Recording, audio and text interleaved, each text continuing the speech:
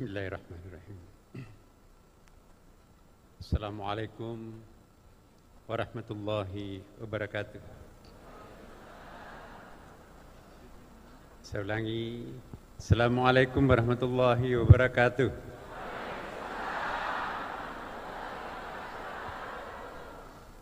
Alhamdulillahil qail fi kitabihil aziz. Qul sadaqallahu fattabi'u millata Ibrahim hanifa wa ma kana minal musyrikin. Inna awwala baitin wudi'a lin-nasi lallati bi Bakkata mubarakan wa hudan lil alamin. Fihi ayatun bayyinatun maqamu Ibrahim wa man dakhalahu kana amina. Walillahi 'alan nasi hajjul baiti man istata'a ilaihi sabila. ومن كفر فإن الله غني عن العالمين أشهد أن لا إله إلا الله وأشهد أن محمدا عبده ورسوله صاحب البرهان اللهم صل وسلم على سيدنا وحبيبنا وشفيعنا ومولانا وأتباعنا قرة أعيننا محمد صلى الله عليه وسلم. ما بعد. Yang saya hormati Wakil Kepala Badan Penyelenggara Haji Indonesia, sahabat saya Dr. Dhanil Azhar Majuntak. Yang terhormat Dirjen Penyelenggaraan Haji dan Umrah Adinda Dr. Hilman Latif. Yang saya hormati Dirjen SDM Kesehatan Dr. Yuli Barian MEP. Yang saya hormati Dirut Bank Syariah Indonesia, yang terhormat para pejabat eselon 2 di lingkungan Kementerian Agama dan di seluruh Indonesia, para kanwil, di sini juga hadir para staf khusus dan tenaga ahli Kementerian Agama Republik Indonesia, seluruh para calon jamaah haji di seluruh Indonesia. Bermula ketika Allah Subhanahu wa taala menyampaikan dalam sebuah hadis qudsi kita sangat kenal, kuntu kanzan makhfiyan wa uhbibtu an urf fa khalatul khalqa fa bi'arf. Aku pada mulanya itu adalah gudang yang tersembunyi. Aku mencintai untuk mengetahui diriku sendiri, lalu aku menciptakan makhluk untuk memahami, mengetahui diriku. Hadis ini sangat masyhur. Jadi ini rencana Allah Subhanahu wa taala, ya. Memang dari awal ingin menciptakan makhluk ketika masih pada saat itu sendirian. Allahu alam, kita enggak tahu. Kemudian terciptalah malaikat, jin, dan pada saat itu Allah pun juga mendeklarasikan di dalam Al-Baqarah ayat 30 disebutkan, ya, wa idh qala rabbuka lil malaikati inni ja'ilun fil ardi khalifah qalu ataj'alu fiha may yufsidu fiha wa yasfiku dima wa nahnu nusabbih bihamdik wa nuqaddisu lak. Ingatlah ketika Allah mendeklarasikan di depan para malaikat, aku akan menciptakan pendatang baru yang namanya manusia untuk menjadi khalifah, representatif aku mengelola alam semesta ini. Maka serentak para malaikat pada waktu itu qalu, jadi interupsinya malaikat kepada Allah, kenapa engkau akan menciptakan pendatang baru itu yang namanya manusia? Bukankah manusia nanti itu yang akan merusak alam dan menyebabkan pertumpahan darah? Sampai di situ Allah tidak keberatan terhadap malaikat. Allah mencintai dialog. Ini tradisi Tuhan. Dialog terhadap anak kecil belum lahir pun. Alastu birabbikum qalu bala syahidna. Mau enggak engkau menjadikan aku sebagai Tuhanmu? Bala, of course, pasti. Ya. Jadi jangan takut berdialog anak kecil, janin pun diajak berdialog oleh Allah, padahal dia Tuhan. Nah, Fir'aun pun, iblis pun diajak berdialog. Ya. Ma mana'aka an tasjuda lima khalaqtu biyadayya. Hai iblis, kenapa enggak mau sujud terhadap Adam yang aku ciptakan dengan dua tanganku, tangan maskulin, tangan feminin, satu-satunya makhluk Allah yang diciptakan dengan handmade-nya Allah. Jadi manusia itu handmade-nya Allah. Khalaqtu bukan khalaqna. Kenapa enggak mau sujud? Dia kan diciptakan dari tanah yang jorok, saya diciptakan dari api. Ya. Jadi amkunta, apakah engkau termasuk ya istikbar atau al-alim, mengangkat dirinya tinggi-tinggi? Istikbar artinya sombong, itulah iblis. Masa saya mau sujud kepada Adam dari tanah jorok, saya dari api. Ada teman saya, Pak Ali Mubin di Makassar, dokter. Itu karena iblis tidak tahu kimia. Kalau iblis tahu ilmu kimia pasti mau sujud, karena komposisi kimia api itu nggak ada apa-apanya dibanding dengan komposisi kimia yang terkandung dalam tanah. Ya. Jadi malaikat pun juga diajak dialog. Jadi Bapak Ibu calon jemaah haji, setelah pulang tanah haji nanti jangan takut berdialog siapapun, karena itu tradisi Tuhan. Ya. Kita lihat Nabi diajak berdialog, semuanya dialog. Tapi yang membuat Allah sedikit agak apa ya, dari gaya bahasa yang digunakan, ketika malaikat mengatakan lanjutan dari ayat itu, wa nahnu nusabbih bihamdik wa nuqaddisu lak. Ya. Tadi protesnya, kenapa engkau menciptakan pendatang baru langsung dilantik jadi khalifah? Ya. Padahal dia nanti akan merusak lingkungan dan menyebabkan pertumpahan darah. Sementara kami para malaikat ini nusabbih, senantiasa bertasbih, memuji engkau, wa nuqaddisu lak, dan mengkuduskan engkau. Ya. Nah, jadi itu ada semacam unsur menepuk dada sebagai ahli ibadah. Nah, itu yang enggak disukai oleh Allah. Itu disebut dengan al-alin, mengangkat dirinya sebagai orang yang bermartabat tinggi secara spiritual. Sedangkan iblis mengangkat dirinya sebagai makhluk yang lebih tinggi dari segi biologis. Dua-duanya ternyata tidak disukai oleh Allah Subhanahu wa taala. Makanya itu iblis jatuh ke bawah ke lembah neraka, dilaknat. Malaikat pun juga jatuh, Bapak Ibu. Maaf para malaikat, kita baca ayatnya, pemahaman kita seperti itu. Tadinya malaikat itu memenuhi arasy di sekitar istana Tuhan. Tapi begitu mempertanyakan dan mengangkat dirinya lebih tinggi, maka 40 hari malaikat itu tidak disapah oleh Allah. Menyesal malaikat, menepuk dada sebagai ahli ibadah. Jadi Bapak Ibu sekalian, hebat apapun dirinya sebagai ahli ibadah, jangan menepuk dada sebagai ahli ibadah. Itu namanya al-alin. Jatuhlah malaikat itu ya setelah 40 hari bertawaf, dan inilah ibadah pertama secara fisik visual hamba Allah, tawaf. Jadi tawaf itu adalah ibadah yang paling pertama, Bapak Ibu sekalian. Turunlah kalian di Baitul Ma'mur. Jadi Allah menciptakan taman mininya arasy, malaikat disuruh turun, disitulah para malaikat melakukan tawaf. Dan ketika Adam dan Hawa pun juga diciptakan, ikut juga bertawaf di situ.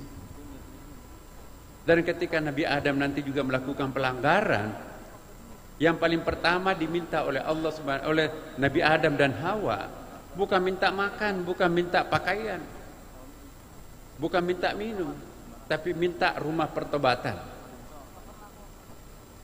Inni dhalamtu nafsi, ya Allah kami menganiaya diri kami sendiri. melanggar petuah-petuah. Wala taqraba hadhihi syajarah, jangan mendekati pohon khuldi ini. Semua Anda boleh lakukan kecuali satu, jangan mendekati buah khuldi. Namanya pengantin baru menikmati surga, digoda oleh iblis. Adam, tahu nggak itu buah khuldi itu dari akar kata khalada, abadi, pohon keabadian. Kalau kamu makan buah khuldi itu, kamu akan abadi di surga. Sementara Allah merencanakan untuk memindahkan kamu di bumi penderitaan, meninggalkan langit kebahagiaan ini. Tidak, kata Adam.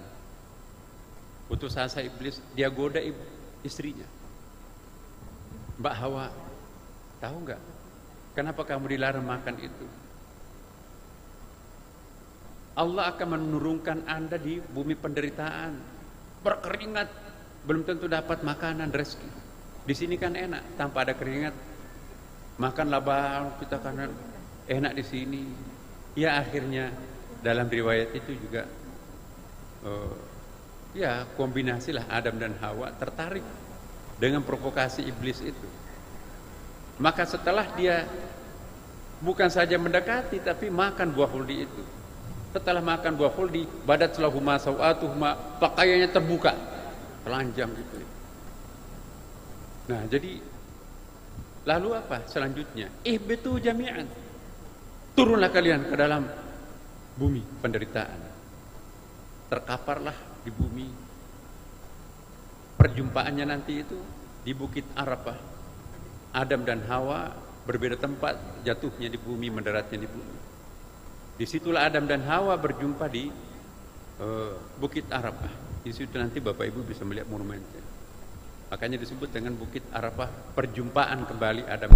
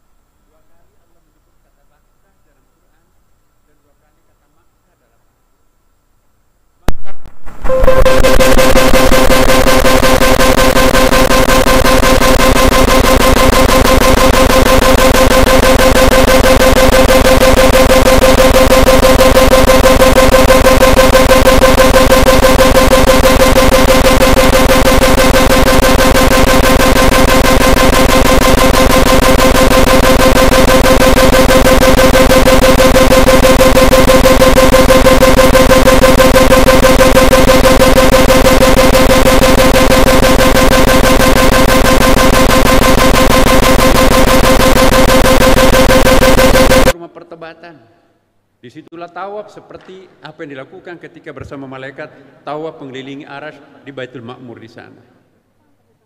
Jadi dalam riwayat hadis disebutkan bahwa Ka'bah itu ibarat tusuk sate ke atas, itu urutan ke-14 miniatur Arasy. Jadi di atas sana juga masih ada, kita nggak tahu. Jadi bertawaf mengelilingi Ka'bah itu menirukan malaikat. Jadi itu sambil menggugurkan dosa-dosa Bapak Ibu, bertawaflah mengelilingi Ka'bah di situ. Labbaik Allahumma labbaik, labbaik la syarika lak labbaik, innal hamda wan ni'mata lak wal mulk la syarika lak. Ya. Nah, inilah rumah pertama dibangun. Hajar Aswad itu tadinya Bapak Ibu dalam riwayat itu, ya, itu rumah putih itu atau batu putih. Jadi bukan Hajar Aswad, tapi Hajar Abyad, batu pualam surgawi.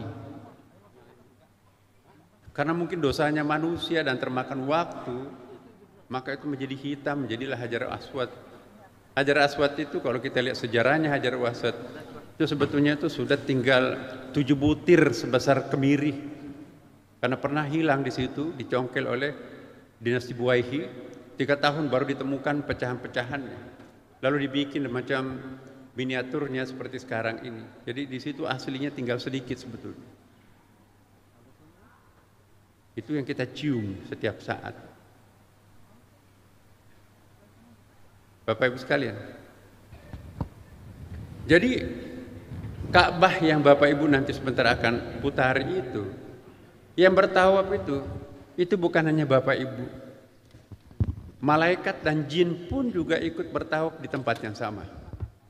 Karena di dalam kitab-kitab kuning disebutkan ada malaikat bumi, ada malaikat langit ya, ulul azminya para malaikat itu. Jadi yang bertanya tentang atajalu fiha ma yufsidu fiha itu adalah malaikat bumi. Setiap tetes hujan dikawal oleh malaikat, tapi pengawalnya itu malaikat bumi. Lain martabatnya dengan Jibril, Mikail, Israfil, itu malaikat langit. Jadi tabakan antabak ada martabatnya juga malaikat itu, seperti manusia juga. Karena itu Bapak Ibu sekalian, sengaja ini saya ingin sampaikan karena mungkin jarang Bapak Ibu dan para ulama kita pun juga jarang menyampaikan. Ya. Jadi asal usulnya seperti itu. Kenapa ada haji? Haji itu ibadah pertama mendahului salat, puasa dan seterusnya. Semua mulai dari Nabi Adam melaksanakan ibadah haji. Ya. Sedangkan Makkah itu artinya batas tanah suci Mekah. Kira-kira kalau kita Bapak Ibu masuk di Mekah itu ada nanti Bapak Ibu akan menjumpai monumen dudukan Quran di tengah jalan begini ya Bapak Ibu. Di datanya ada Quran, di atas itu monumen Quran. Itu perbatasan Quran. Perbatasan tanah suci Mekah. Jadi ada cerita menarik dalam kitab Futuhatul Makkiyah karangan Ibnu Arabi, itu 6 jilid, versi saya 4 jilid. Jadi Ibnu Arabi ini salah seorang waliullah, bahkan ada yang mengatakan imamul aulia, imamnya para wali. Bingung dia, apakah sholat 100.000 pahalanya itu di pelataran Ka'bah atau seluruh lingkungan tanah haram? Lalu melakukan meditasi, tahannus. Akhirnya dia berjumpa dengan Abu Bakar As-Siddiq, rohnya Abu Bakar. Ketemu, Assalamualaikum ya Abu Bakar. Waalaikumsalam. Boleh nggak saya bertanya, yang dimaksudkan hadis Nabi, sholat di depan Ka'bah atau di tanah suci Mekah? Lebih luas. Kata Abu Bakar, ini bisa kita lihat di jilid pertama halaman bagian awal Futuhatul Makkiyah ya, Ibnu Arabi. Waktu Rasulullah hidup, dia menjelaskan hadis ini depan kami. Yang dimaksudkan 100.000 lebih utama bukan hanya di pelataran Ka'bah ini, tapi seluruh tanah haram. Insya Allah. Jadi Bapak Ibu jangan juga tergila-gila untuk salat harus pelataran Ka'bah. No. Yang penting di batas tanah haram itu, insya Allah pahalanya 100.000. Masjid dekat-dekat kemah ibu itu pun juga asal tanah haram. Itu adalah tanah alladzi barakna haulah, penuh dengan berkat di sekitarnya. Jadi Makkah, Makkah tempat berdirinya Ka'bah, Makkah tanah haramnya itu Bapak Ibu sekalian. Yang alladzi barakna, yang Allah memberkati di sekitarnya itu bukan Bakkahnya, tetapi Makkahnya. Subhanalladzi asra bi 'abdihi lailan minal masjidil haram ilal masjidil aqsa. Ya, alladzi barakna haula, yang Allah berkahi di sekitarnya. Ya, jadi bicara tentang manasik haji Bapak Ibu sekalian, jangan hanya teknikalnya seperti yang dalam buku-buku manasik haji yang selama ini kita baca. Maka itu saya minta kepada teman-teman Kementerian Agama ya, bagian haji, rombak total manasik haji yang selama ini yang terlalu fikih oriented. Kita haji itu bukan hanya untuk ingin menggapai makbulnya haji, Tapi yang kita inginkan lebih dari itu adalah mabrurnya haji. Semua haji mabrur itu pasti makbul, tapi tidak semua haji makbul itu mabrur. Apa perbedaannya? Makbul haji ialah seluruh rukun syarat dipenuhi, maka insya Allah hajinya makbul. Tapi tidak semua orang yang menunaikan rukun syarat haji, bahkan mungkin juga sunatnya haji dilakukan, itu hajinya makbul, mabrur. Apa haji mabrur itu, Bapak Ibu sekalian? Haji mabrur itu bukan diukur pada saat pelaksanaan hajinya. Makbulnya haji itu diukur ketika kita masih di tanah suci. Tapi mabrurnya haji itu diukur setelah kita pulang dari tanah suci. Makanya itu haji mabrur itu ada 7 keutamaannya. Dan inilah yang kita nanti akan lakukan, ya, Kementerian Agama. Walaupun nanti hajinya ke BPH, tetapi tanggung jawab Kementerian Agama memabrurkan hajinya para hujjaj. Haji mabrur itu insya Allah dalam hadis Bukhari Muslim, al-hajjil mabrur laisa lahu jazaa illal jannah. Tidak ada balasannya kecuali surga. Hapus semua dosa-dosanya. Jadi nanti kayaumi waladathu ummu, pulang dari tanah suci ke tanah air itu dalam keadaan bersih suci seperti bayi yang baru lahir. Itu namanya haji mabrur. Tanda-tanda haji mabrur ialah akhlaknya semakin mulia. Tadinya pilih-pilih teman, sekarang siapapun diajak berteman, pilih sahabat. Ya. Ibadahnya makin rajin, itu tanda-tanda haji mabrur. Kemudian juga semakin jauh terhadap dosa maksiat. Sebelumnya langganan, gunting semua dosa-dosa langganan. Ya. Kemudian ibadah sosialnya semakin nyata, yang tadi dikatakan oleh Pak Wakabadan. Dan yang keenam, dibanggakan oleh Allah depan para malaikat. Inilah hambaku, ya, mendapatkan jamaah mabrur, haji mabrur. Dibangga-banggakan di depan para malaikat, itu hadis Nabi, Bapak. Kemudian juga haji mabrur itu pahalanya lebih utama daripada jihad, berjuang di jalan Allah, perang dan seterusnya. Nah, kabar gembira buat Bapak Ibu sekalian tahun ini. Bersyukurlah Bapak Ibu sekalian. Insya Allah tahun ini adalah haji akbar.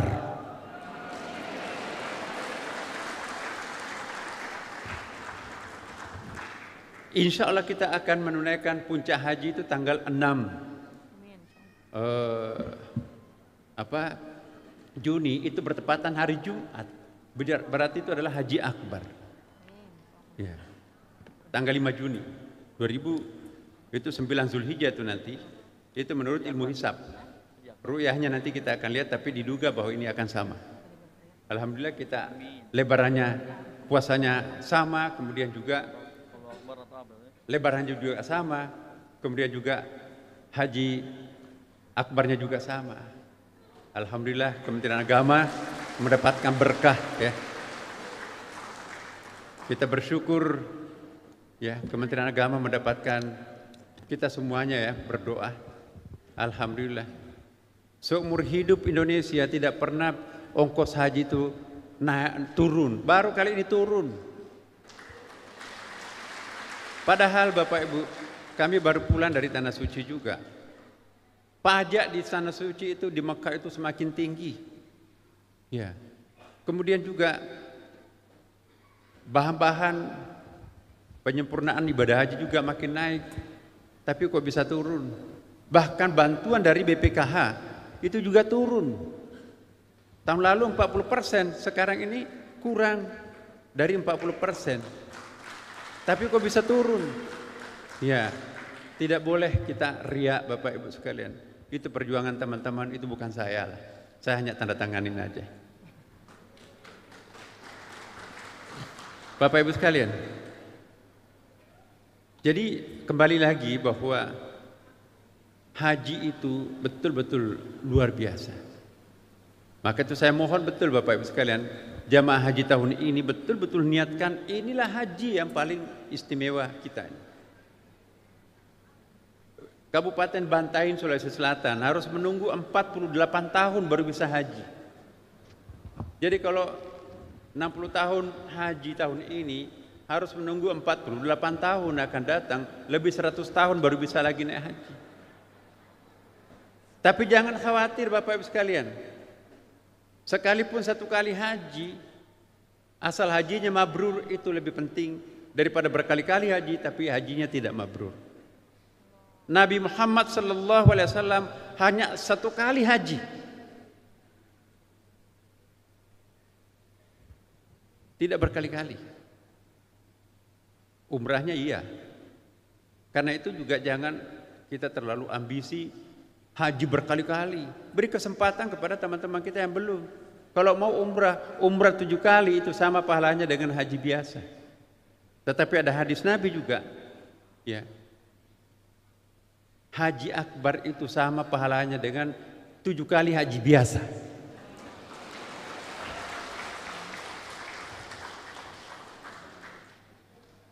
Subhanallah.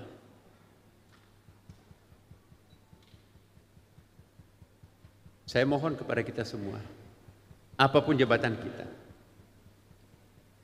ya sekalipun petugas haji, sekalipun pegawai Kementerian Agama, niatkan kali ini tidak ada embel-embel apapun selain hanya untuk haji. Fokus untuk haji, ya Allah, pingin haji mabrur. Maka itu jangan hanya mabrur hajinya 1 tahun, menjauhi dosa 1 tahun, tapi tahun kedua, tahun ketiga kambuh lagi. Maka itu tanggung jawab kita di Kementerian Agama. Bagaimana merawat kemakbruran haji, karena kasihan teman-teman kita susah untuk haji ulang. Maka itu Bapak Ibu ikuti betul ya perkembangan yang kita lakukan bersama nanti BPH ya. Bagaimana merawat kemakbruran haji. Sehingga manasik nanti akan datang bukan hanya manasik prahaji, tapi ada manasik pasca haji. Bagaimana merawat kemakbruran haji. Apa yang dimaksud manasik? Dari akar kata nasakah, nusuk, manasikon, yaitu orang yang membimbing untuk beribadah secara maksimum, itu namanya manasik. Jadi manasik jangan hanya pada saat prahaji, pasca haji pun juga harus ada manasik. Apa yang harus kita lakukan untuk memulihkan kembali kemakbruran haji? Redup-redup pahala kemakbruran haji kita, kinclongkan kembali dengan memperbanyak istighfar. Maka kinclong lagi kemakbruran haji kita. Tidak perlu haji lagi, tetapi kinclongkan, bikin cerah kembali dirinya dengan cara melakukan berbagai macam hal. Bersyukurlah Bapak Ibu, Indonesia bisa menunaikan ibadah haji seperti sekarang. Bayangkan pada tahun 1937 sampai 1948, 11 tahun lamanya. Pada masa Perang Dunia Kedua, ketika Belanda bercokol di tanah air kita ini, kita tidak boleh menunaikan ibadah haji. Dilarang keras oleh Belanda. Kenapa? Karena setiap kali pulang dari jamaah haji, para jamaah haji itu berfungsi sebagai pemberontak terhadap pemerintahan Belanda. Diteliti, maka diutuslah Profesor Dr. Snok Hurgronje melalui instruksi gurunya yang namanya Profesor Dr. Salomon Keizer, ya penasehat Hindi Belanda di Asia Tenggara. Dia nggak pernah ke Indonesia, tapi pasti bahasa Indonesia, termasuk menerjemahkan I'anatul Talibin, kitab fikih di pesantren yang bermazhab Syafi'i itu. Karena mereka menganggap mazhab Syafi'i harus dilestarikan di Indonesia, karena itu mengedepankan paternalistik dan patriarkal. Apa yang dimaksud patriarki Bapak Ibu sekalian? Tidak perlu menundukkan satu Indonesia, tundukkan raja-rajanya. Apa kata rajanya? Maka itu kata rakyatnya. Dan tidak perlu menundukkan perempuan. Apa kata laki-laki? Itu adalah kata perempuan. Karena masyarakat Indonesia adalah masyarakat patriarki. Nah, mazhab Syafi'i dianggap oleh beliau, mereka, sebagai mazhab yang mendukung patriarkal dan paternalistik. Saya nggak tahu apakah pendapat ini benar atau salah, tetapi itu alasannya. Maka itu fi dilalil Quran dan fikih-fikih yang bermazhab lain tidak boleh masuk di Indonesia. termasuk tafsir Sayyid Qutb. Belakangan baru bisa beredar tuh. Nah, jadi Bapak Ibu sekalian, sejarah haji juga perlu Bapak Ibu tahu, sejarah politik Hindia Belanda tentang haji. Jadi kalau ada usaha untuk mempersulit jamaah haji, itu persis seperti yang dilakukan oleh Belanda pada waktu itu. Nah, kita negara merdeka, maka kita bersyukur Pak Prabowo sekarang ini. Saya baru pisah kemarin Bapak Ibu, kami ikut juga menyertai perjalanannya ke luar negeri. Saya nggak tahu kenapa saya juga ikut, tapi memang ada MOU di kita tanda tangani. Sepanjang jalan makan pagi, makan siang, makan malam, kita diskusi. Dan di situ kelihatan bahwa semangat Pak Prabowo untuk memberikan pelayanan terhadap warga bangsa Indonesia, ya, tanpa membedakan agama apapun, etnik manapun, tapi tentu terutama umat Islam sebagai terbesar jumlahnya, fasilitas perhajian itu betul-betul mendapatkan perhatian khusus.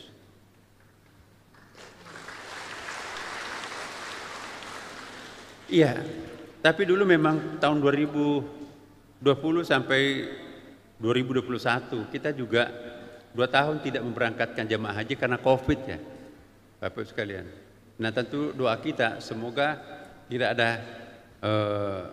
pandemi yang datang tiba-tiba yang bisa merubah kalender kita. Tapi insya Allah kami baru pulang juga dari Tanah Suci, rapat koordinasi di situ bersama dengan Pak Dirjen, staf khusus dan teman-teman yang lain. Alhamdulillah banyak sekali hal-hal yang positif. Saya ingin menyampaikan sedikit saja karena ada sesuatu yang tidak boleh kita publikasi Bapak Ibu.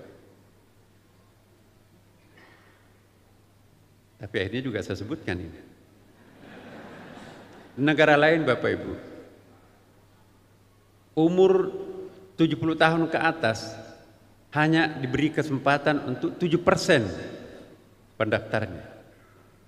Dan maksimum orang 90 tahun, kalau orang sudah lewat 90 tahun, nggak boleh lagi ke Tanah Suci. Tapi melalui lobi-lobi. Saya berjumpa langsung dengan Menteri Kesehatan Saudi Arabia.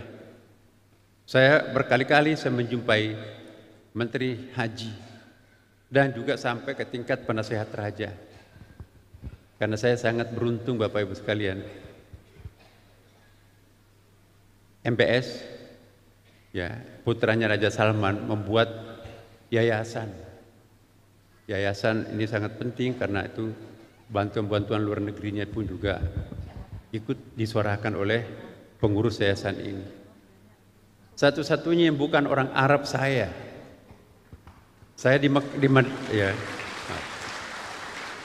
di Amerika Bapak Ibu, ditelepon. Saya pikir siapa yang nelpon pakai bahasa Arab. Where are you? Di mana? Aina anta, di mana Anda? Ana fi Amerika. Dia rubah bahasa Inggris. I'm in America. Nah, dia minta saya menjadi advisor, semacam penasehat yayasan itu. Why me? Kenapa saya? Ya, akhirnya ditunjuk sebagai 7 orang dan 1 diantaranya orang Indonesia menjadi advisornya, penasehatnya. Dan di situ lingkungan raja Bapak Ibu sekalian. Dan alhamdulillah, jadi ada jalur komunikasi kami langsung dengan raja. Dan satu-satunya mungkin di negara lain tidak ada yang diberikan kesempatan berhaji di atas 90 tahun, hanya Indonesia Bapak Ibu. Langsung di WA, masih ada tuh WA-nya di handphone saya. Tapi itu jangan disampaikan ke teman-teman negara lain. Jadi Bapak Ibu sekalian, inilah pentingnya lobby. Dan siapa yang melobi itu juga penting. Karena itu Bapak Ibu sekalian, kita sangat bersyukur menjadi orang Indonesia. Setiap tahun kita mendapatkan penghargaan dari pemerintah Saudi Arabia. 1/5 jamaah haji di dunia adalah dari Indonesia, terbesar di dunia Bapak Ibu. Tetapi tingkat pelanggaran yang paling sedikit para jamaah haji adalah Indonesia. Saya juga berkesempatan keliling penjara Bapak Ibu, di penjara-penjara di Saudi Arabia, dalam kapasitas saya sebagai kelompok ahli Badan Penanggulangan Teroris BNPT. Jadi satu waktu kami keliling, saya cari orang Indonesia di penjara-penjara di Saudi Arabia, saya tidak temukan orang Indonesia. Saya tanya kepada sipirnya, kok kenapa orang Indonesia saya tidak jumpai di penjara Madinah dan di Jeddah juga ya? Iya, ini aneh katanya. Itu jenderal tuh, aneh. Warga negara asing yang paling padat di Mekah, Saudi Arabia adalah Indonesia. Bahkan menyebut angka kurang lebih 2 juta. Ya. Tetapi yang paling sedikit masuk penjara ini adalah orang Indonesia. Berarti tingkat pelanggaran pidana, pelanggaran sosial di sana itu Indonesia paling kecil. Yang lainnya memang maaf kalau saya sebutkan negaranya, misalnya Pakistan, Mesir, banyak sekali di situ itu. Tapi saya cari orang Indonesia, itu nggak ketemu. Maka itu orang Indonesia dianggap sebagai jamaah haji yang paling tertib. Makanya itu mereka menganggap contohilah Indonesia. Negara-negara lain banyak belajar tentang haji seperti jamaah haji negara-negara Afrika. Datang ke Indonesia belajar bagaimana pengelolaan ibadah haji, kok bisa tertib seperti itu. Ya. Saya kira ini adalah kesadaran universal. Ini karena budaya Indonesia ini adalah budaya maritim. Maritim itu beda dengan continental culture. Budaya kontinental negara daratan itu, Bapak Ibu, dalam antropologi, budaya kontinental itu stratifikasi sosialnya, struktur sosial itu bertingkat-tingkat. Raja, ya, kemudian raja kedua, raja ketiga. Jadi ada 12 struktur pada masa Nabi. Jadi Rasulullah diutus dalam masyarakat yang memiliki kasta 12. India cuma 4 kastanya, repot. Nabi menghadapi 12 kasta pada waktu itu. Dan dijadikan cuma 1 kasta. Ya, maka itu kasta tunggal itu adalah disebut dengan umat. Jadi kabilah dirubah menjadi umat. Sya'bun dirubah menjadi umat. Hizbun dirubah menjadi umat. Ya, kemudian juga Syiah dirubah menjadi umat, golongan ya kan. Kemudian Hizbun dirubah jadi umat, Qaumun dirubah menjadi umat. Ya. Wal takum minkum ummatun yad'una ilal khair. Kuntum khair ummat. Ya. Jadi al-ummah di sini adalah suatu komunitas yang diikat oleh rasa cinta yang sangat dalam. Maka ummah itu kan bahasa Hebrew, bahkan bukan bahasa Arab asli. Itu bahasa Ibrani, bahasa Hebrew dipinjam menjadi bahasa Arab untuk memberikan merek terhadap ibu, maka itu ibu itu disebut ummi, itu bahasa Hebrew. Artinya ummi, cinta sejati. Pemilik cinta paling sejati adalah ibu. Tidak ada lagi air mata tengah malam yang mengucur kalau ibu itu sudah wafat. Bapak tidak seperti ibu. Maka itu ummi. Dari akar kata yang sama muncul amamah, keterdepanan. Imam, pemimpin berwibawa. Makmum, rakyat yang santun. Imamah, konsep yang mengatur antara imam dan makmum, undang-undang itu. Itulah nanti disebut dengan ummah. Jadi hilang kabilah, hilang hizbun, ya, hilang sya'bun, hilang qaumun, hilang syi'an. Yang muncul adalah ummah. Ya, kuntum khaira ummah. Nah, jadi Bapak Ibu sekalian, inilah yang kita harapkan melalui jamaah haji. Semoga rukun iman, rukun Islam yang kelima ini insya Allah akan menyempurnakan keislaman dan keimanan kita, Bapak Ibu. Iya, insya Allah tahun ini, besok ini kita akan mendapatkan haji akbar. Apa keutamaan haji akbar dalam hadis Nabi, Bapak Ibu sekalian? Keutamaannya, walaupun riwayatnya saya belum cek, nanti saya akan kembali, saya akan takhrij, meneliti hadis ini, tingkat validitasnya, kesahihannya. Saya temukan dalam kitab-kitab kuning, 70 kali lebih utama, ya, 70 haji biasa untuk bisa menyamai dengan haji akbar ini. Jadi kalau besok ibu haji, sama dengan 70 kali haji. Ya. Inilah kekasihnya Allah diundang haji pada tahun ini. Yang kedua, doanya diijabah Bapak. Maka itu saya ingatkan nanti kalau sudah sampai ke tanah suci, jangan egois. Apa maksudnya jangan egois? Ini sambutan panjang ini. Tambah ya Bu ya.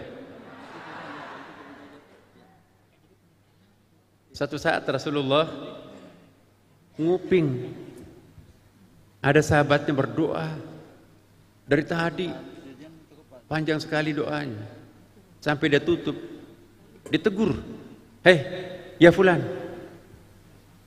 kalau kamu berdoa jangan egois. Maksudnya apa? Dari tadi saya dengar kamu berdoa, yang didoakan dirinya, keluarganya, enggak pernah mendoakan yang lain, itu egois. Lalu diajari berdoa, berdoa seperti ini, Allahumma ighfirlil muslimina wal muslimat wal mu'minina wal mu'minat al ahya' minkum wal amwat innaka sami'un qaribun mujibud da'wat birabbil alamin. Ini doa ini wajib dibaca oleh khatib pada khutbah kedua. Menurut Imam Syafi'i, kalau ini enggak dibaca, batal Jumatnya orang itu. Ya Allah, ampunilah muslim laki-laki dan perempuan, mukmin laki-laki dan perempuan, baik yang masih hidup maupun yang sudah wafat. Jadi jangan mendoakan dirinya sendiri, doakan bangsanya, negeri kita ini Bapak Ibu. Doakan Palestina juga, itu kan saudara kita juga, yang didolimi oleh tetangganya yang kita kenal itu, Israel. Jadi doakan semua penderitaan yang dialami secara global umat Islam itu. Saya mohon betul ini Bapak, karena doa ibu Bapak dalam Haji Mabrur, Haji Akbar ini akan diijabah. Mudah-mudahan doa Bapak Ibu. Ada riwayat doa yang dipanjatkan oleh 40 orang ke atas, jangan khawatir untuk tidak diijabah Allah. Ini hampir 4 juta nanti akan muktamar di Padang Arafah. Kalau serentak mendoakan Palestina, insya Allah Tuhan akan memberikan keutamaan Palestina, dan pendalimnya nanti akan diberikan sesuatu, nggak tahu apa. Jangan mendoakan negara lain binasa Bapak Ibu. Ingat hadis Nabi, tidak pernah keluar doa dari mulutnya Rasulullah membinasakan orang, membinasakan bangsa. Allahumma hdi qaumi, ya Allah ampunilah, berikanlah petunjuk kepada kaumku. Kan malaikat, mau nggak saya balaskan penderitaanmu? Nabi mengungsi ke Taif, dikejar, dihadang oleh preman Taif, dilempari batu, diusir, berdarah tumitnya Rasulullah. Datang malaikat penjaga gunung Taif, mau nggak saya balaskan penderitaanmu ya Rasulullah? No, jangan. Jangan lakukan itu. Umatku melakukan itu karena dia tidak tahu siapa aku.